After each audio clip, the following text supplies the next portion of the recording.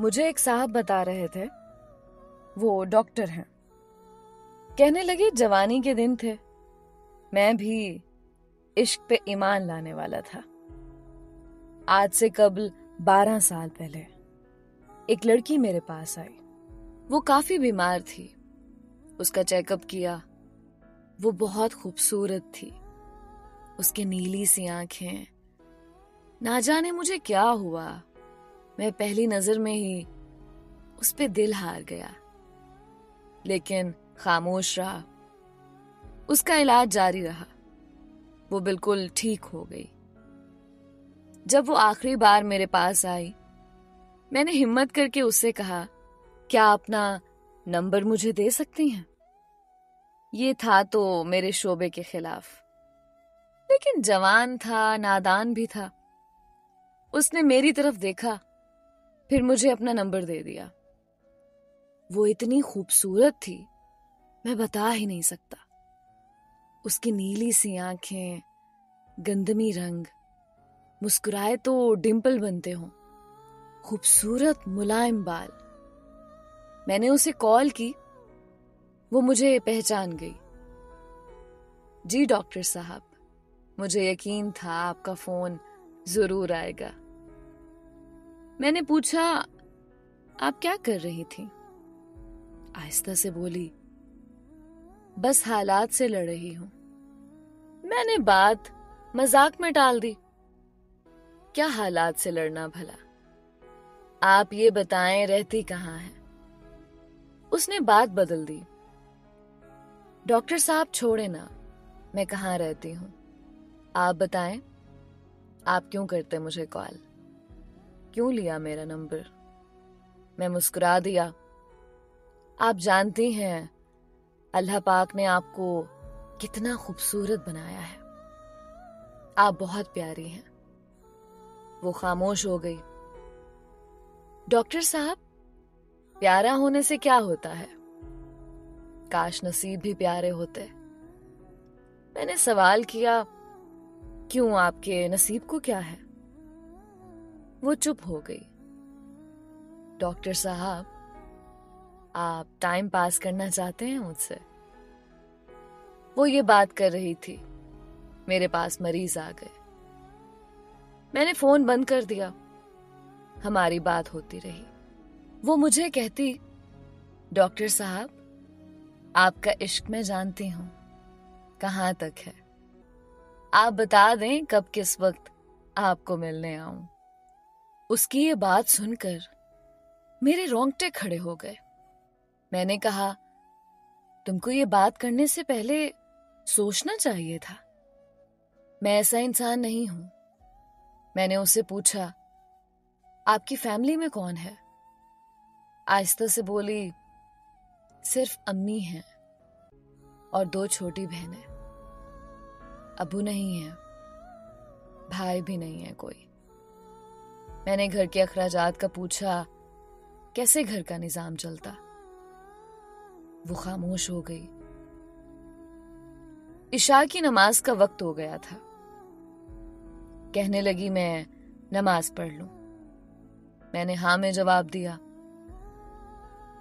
वो सिर्फ दिन में बात किया करती थी, रात को वो मुझसे बात नहीं करती थी। मैंने बहुत बार कहा था, रात को बात किया करो, लेकिन कह देती, मैं रात को जल्दी सो जाती हूं, मैं नहीं कर सकती रात को बात। खैर, हमारी बात का सिलसिला चलता रहा। 1 साल गुजर गया। मैंने उससे शादी करने का इरादा कर रखा था। उसकी बहुत इज्जत करता था मैं, क्योंकि वो 5 वक्त की नमाज पढ़ती थी और उसको देखकर मैं भी 5 वक्त नमाज पढ़ने लगा था। मैं उस पे हक जताया करता था। उसके साथ मुझे अपनेपन का एहसास होने लगा था। वो मुझे खाने के वक्त मैसेज करती, प्यार से कहती, आपने खाना खाया? मैं अगर कभी खाने से लेट हूं तो वो मुझे डांटने लगती, लेकिन हमेशा वो एक बात कहती थी, डॉक्टर अबरार, आप बहुत अच्छे इंसान हैं। मैं नमाज पढ़कर दुआ करती हूँ, अल्लाह पाक आपको बहुत अच्छी हमसफर अता करे। मैं तड़प कर उसे कहा करता, ईमान, मेरी हमसफर बस आप ही हैं, आपसे ही शादी करूंगा। लेकिन वो जोर से हंसने लगी। नहीं डॉक्टर साहब, मैं आपके काबिल नहीं हूं। वो बात अधूरी छोड़ देती। मुझे याद है, मैं उसे जितना भी डांटता, जितना भी कुछ कहता, वो गुस्सा ना करती। मेरी डांट, मेरा गुस्सा, मेरा सख्त लहजा बर्दाश्त कर लेती। एक बार उसने मेरा फोन ना उठाया। मैंने उसे बहुत डांटा। वो मेरी डांट सुनती रही, फिर आहिस्ता से बोली, डॉक्टर साहब, मैं कुर्बान आप पे, जितना चाहे गुस्सा कर लें, आपके कदमों से लिपट जाऊंगी। मैं उसकी इस मोहब्बत पे मर मिट जाता था। घर में मेरी शादी की बात होने लगी। मैंने अम्मी अब्बू को बताया, मुझे एक लड़की पसंद है, मुझे बहुत अच्छी लगती है, मैं उसी से शादी करूंगा। अम्मी अब्बू ने भी हाँ में हाँ मिलाई। ठीक है पुत्र, जैसे तुम कहो, जिंदगी तुमने गुजारनी है। मैंने अपनी बहन, भाभी, अम्मी सबको ईमान की तस्वीर दिखाई। सबको बहुत अच्छी लगी। वो थी ही बहुत खूबसूरत। मैं बहुत खुश था। सब कह रहे थे, जल्दी से ईमान के घर जाएंगे रिश्ता लेकर। मैंने ईमान को कॉल की, ईमान अपने घर का एड्रेस दें, मेरे अम्मी अब्बू आपके घर रिश्ते के लिए आ रहे हैं। उसने फोन बंद कर दिया। मैं बार बार फोन करता रहा, लेकिन उसने नंबर बंद कर दिया था। 5 दिन गुजर गए, उसका नंबर बंद था। मैं बहुत परेशान था। उसने कभी अपने घर का एड्रेस भी नहीं दिया था। मैं बहुत उदास हो गया। मेरे एक करीबी दोस्त की शादी थी, मुझे भी मदऊ किया।